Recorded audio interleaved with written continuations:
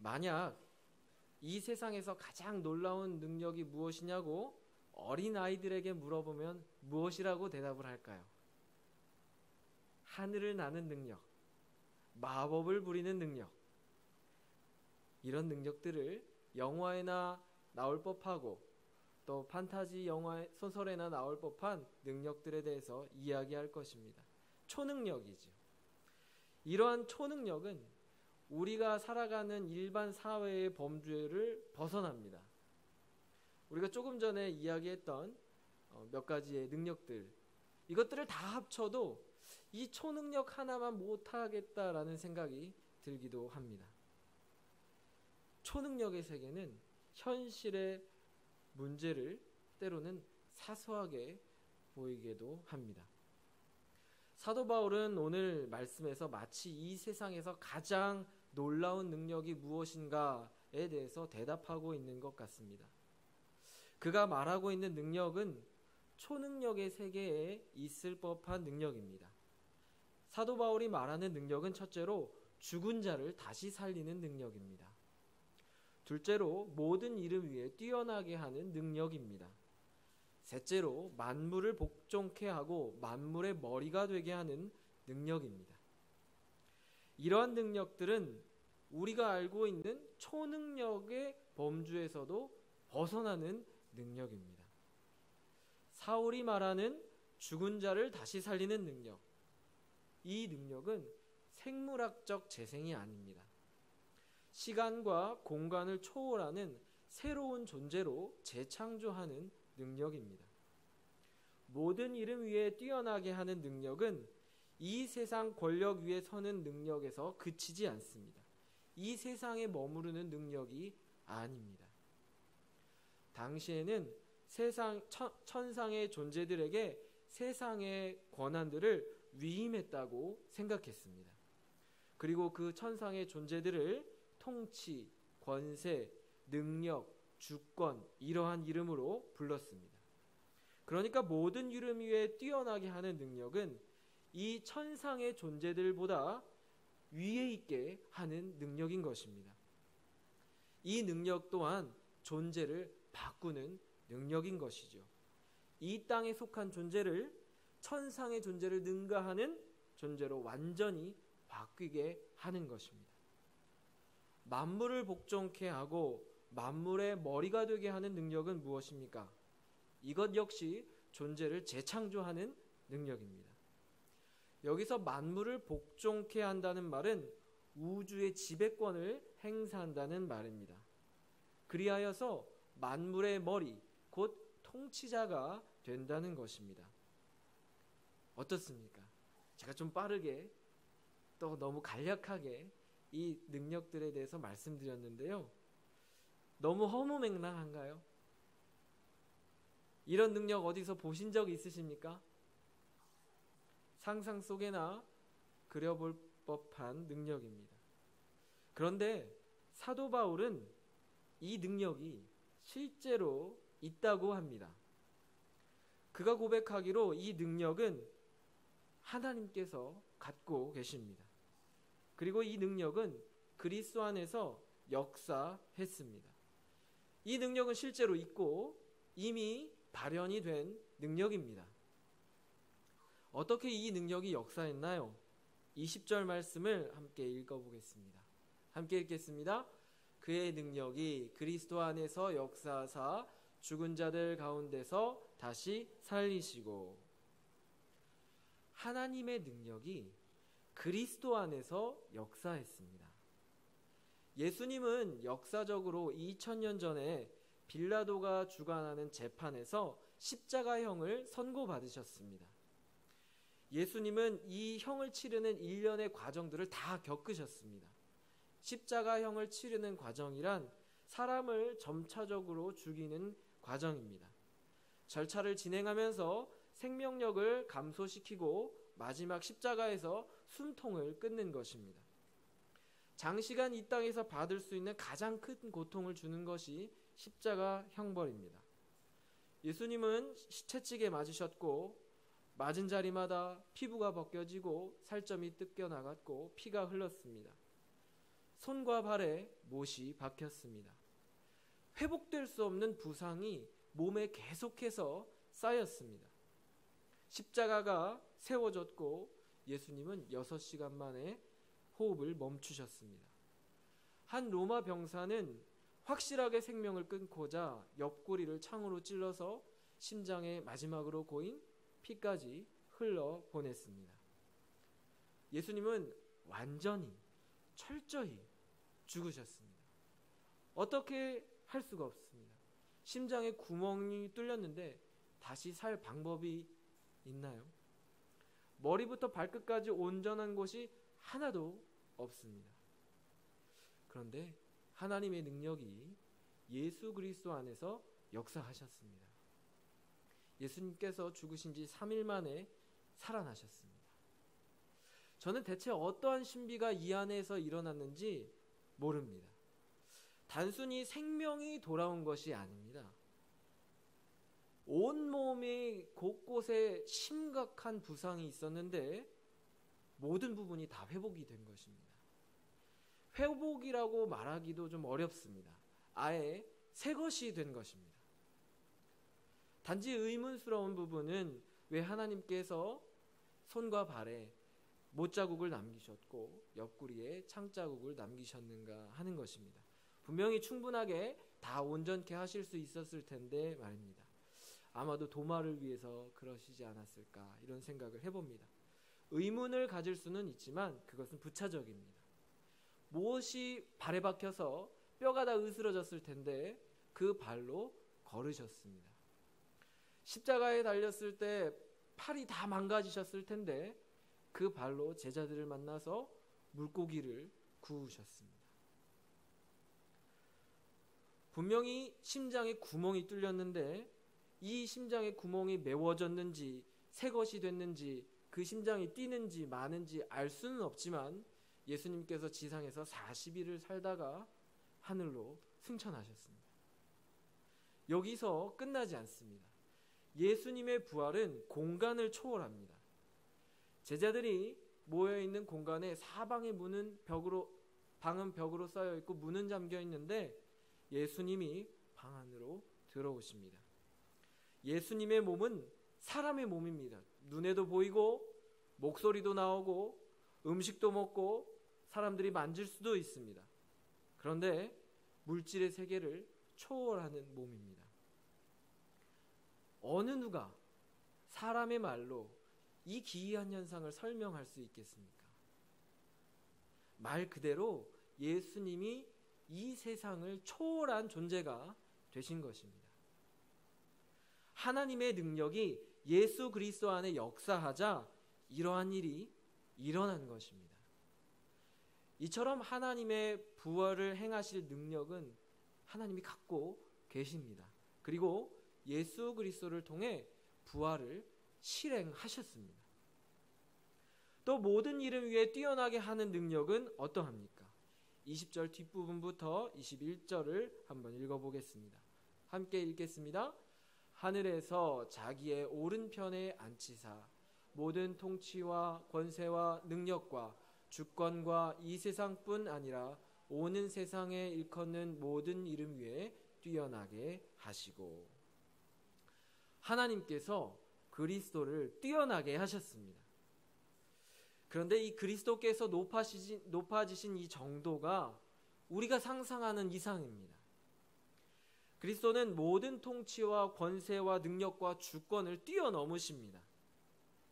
하나님이 높이시는 이 능력은 그리스도를 국가 혹은 이 땅에 있는 조직 그 위에 세우십니다. 또한 영적으로는 에베소서 6장 12절에 나오듯이 이 어둠의 세상 주관자들과 하늘에 있는 악한 영들 위에도 있게 하십니다. 그런데 여기서 그치지 않습니다.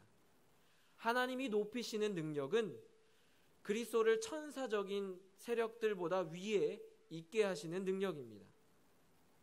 그리스도 안에 역사하신 하나님의 능력은 그리스도를 돌무덤에서 하나님 오른편으로 높이셨습니다. 하나님만큼 뛰어나게 하신 것입니다. 하나님은 뛰어나게 하실 능력이 있고 실제로 그리스도를 통해 그 능력을 발현하셨습니다. 마지막으로 만물을 복종케 하는, 그리고 만물의 머리 되게 하는 능력은 어떻게 나타났습니까? 22절을 한번 읽어보겠습니다. 함께 읽겠습니다. 또 만물을 그 발 아래에 복종하게 하시고 그를 만물 위에 교회의 머리로 삼으셨느니라. 하나님은 그리스도를 높이시는 것에 그치지 않았습니다. 우주에 대한 지배권을 주셨습니다. 우리가 기억하는 첫사람 아담은 하나님께로부터 이 지배권을 받은 사람입니다. 그러나 잘 행사하지 못했습니다. 하나님의 뜻대로 창조 세계를 다스리지 못했고 그 권한을 상실하게 됐습니다. 그런데 하나님께서 마지막 아담이신 예수 그리스도에게 우주에 대한 지배권을 회복시키셨습니다. 예수 그리스도는 더 이상 만물 아래에 계시지 않습니다. 이 만물 아래에 속하지 않으십니다. 오히려 만물이 그의 발 아래에 복종하게 됐습니다. 즉 예수 그리스도는 만물의 머리, 곧 통치자가 되셨습니다. 그리스도께서 통치하는 곳은 하나님 나라가 됩니다. 하나님께서 그리스도를 하나님 나라의 통치자로 삼으셨습니다. 사도 바울은 이러한 하나님께서 능력으로 행하신 이 일들을 지금 우리들에게 계속해서 말해주고 있습니다. 그리고 이미 이 하나님 안에 있는 능력이 그리스도를 통해서 나타났다고 증거하고 있습니다. 하나님의 능력은 실제하며 그리고 발현이 되었다는 것입니다. 지금까지 이제 우리가 바울이 말하는 이 이야기를 잘 들었습니다. 그런데 듣고 나서 보니까 그래서 그것이 나와 무슨 상관이 있을까? 이런 질문을 갖게 됩니다. 사도 바울은 마치 이러한 질문을 기다렸다는 듯이 22절 뒷부분부터 대답하기 시작합니다. 함께 22절 뒷부분부터 23절까지 읽어보겠습니다. 함께 읽겠습니다. 그를 만물 위에 교회의 머리로 삼으셨느니라. 교회는 그의 몸이니 만물 안에서 만물을 충만하게 하시는 이의 충만함이니라. 하나님의 능력이 예수 그리스도 안에서 역사하셔서 이루어진 일들이, 하나님의 능력이 그리스도 안에 역사하셔서 일어난 일들이 결국에는 교회의 유익이 된다는 것입니다. 그리스도의 부활과 뛰어나심과 통치자 되심이 교회와 관련이 있다는 것입니다. 사도 바울은 그리스도 안에 나타난 하나님의 능력이 지금 여기 앉아있는 우리에게도 동일하게 적용된다고 말하고 있는 것입니다. 구체적으로 한번 확인해 보겠습니다. 에베소서 2장 5절입니다. 함께 읽어보겠습니다. 허물로 죽은 우리를 그리스도와 함께 살리셨고, 우리도 그리스도와 함께 이미 부활에 들어갔습니다. 우리는 이미 부활에 동참했습니다. 아직 부활이 완성되지 않았지만 우리는 그리스도를 통해 부활을 이미 맛보았습니다. 이제 예수 그리스도께서 부활의 첫 열매가 되셨고 우리들은 나중 열매가 되는 것입니다. 우리 옆에 계신 성도님들께 한번 축복해 보실까요? 부활을 이루시기를 바랍니다. 부활을 이루시기 바랍니다. 부활을 이루시기 바랍니다. 여러분의 삶에 부활이 반드시 이루어질 것입니다. 에베소서 2장 6절을 함께 읽어보겠습니다. 함께 읽겠습니다. 또 함께 일으키사 그리스도 예수 안에서 함께 하늘에 앉히시니. 우리도 그리스도와 함께 최고의 영예의 위치에 올라간 것입니다. 하나님이 우리를 그리스도와 함께 모든 이름 위에 뛰어나게 하신 것입니다. 그래서 우리는 그리스도만큼 존귀한 자가 됩니다. 우리 옆에 계신 성도님들께 한번 축복해 볼까요? 존귀하십니다. 존귀하십니다. 존귀하십니다. 잘 안 와닿으시나요? 난 존귀한 사람인데. 하나님께서 그리스도 안에서 역사하게 하신 그 능력이 우리 성도님들께 적용이 되는 것입니다. 그리스도께서 하나님 보좌 우편에 앉으실 만큼 존귀하게 되셨듯이 성도님들도 그만큼 존귀하십니다. 에베소서 1장 22절에서 23절입니다. 함께 읽어보겠습니다. 읽겠습니다. 그를 만물 위에 교회의 머리로 삼으셨느니라. 교회는 그의 몸이니. 하나님은 교회가 그리스도의 몸이 되게 하셨습니다. 그리고 그리스도를 만물 위, 교회의 머리로 삼으셨습니다. 그래서 교회는 그리스도와 함께 만물 위에 있습니다. 그리스도는 만물의 머리이자 교회의 머리입니다. 그리스도는 만물의 머리이자 교회의 머리이십니다. 그래서 그리스도께서 통치하십니다. 교회는 머리 되신 그리스도의 임재와 역동적인 통치로 완전하게 충만하게 하시는 공동체입니다. 교회는 머리 되신 그리스도의 임재와 역동적인 통치로 충만한 공동체입니다. 사실 교회 외에는 그리스도로 충만할 수 있는 공동체가 없습니다. 오직 교회만이 그리스도의 통치로 충만할 수 있습니다. 교회가 그리스도로 충만하게 되면은 이제 만물을 통치하는 역할을 수행하게 되는데요. 그러면 하나님의 뜻이 하늘에서 이루어지듯이 땅에서도 이루어지게 됩니다. 하나님의 통치가 교회에 충만하면 교회가 이 땅을 통치하는데 하나님의 뜻이 이 땅에서 이루어집니다. 온 하늘과 땅이 하나님 나라가 되는 것입니다. 에베소서 1장 10절을 읽어보겠습니다. 함께 읽겠습니다. 하늘에 있는 것이나 땅에 있는 것이 다 그리스도 안에서 통일되게 하려 하심이라. 이것이 하나님의 소망인데 이것이 이루어지는 것입니다. 사도 바울은 그리스도 안에 역사하고 또 교회 그리고 우리 성도님들에게 동일하게 역사하는 이 위대한 하나님의 능력을 알고 있었습니다. 그리고 이 능력으로부터 펼쳐지는 하나님의 경륜도 알고 있었습니다. 그래서 바울이 다음과 같은 기도를 하는데요. 함께 읽어보겠습니다. 에베소서 1장 17절에서 19절입니다. 같이 읽겠습니다. 우리 주 예수 그리스도의 하나님 영광의 아버지께서 지혜와 계시의 영을 너희에게 주사 하나님을 알게 하시고 너희 마음의 눈을 밝히사 그의 부르심의 소망이 무엇이며 성도 안에서 그 기업의 영광의 풍성함이 무엇이며 그의 힘의 위력으로 역사하심을 따라 믿는 우리에게 베푸신 능력의 지극히 크심이 어떠한 것을 너희로 알게 하시기를 구하노라. 바울의 기도는 자기를 위한 기도가 아니고 성도들을 위한 기도입니다.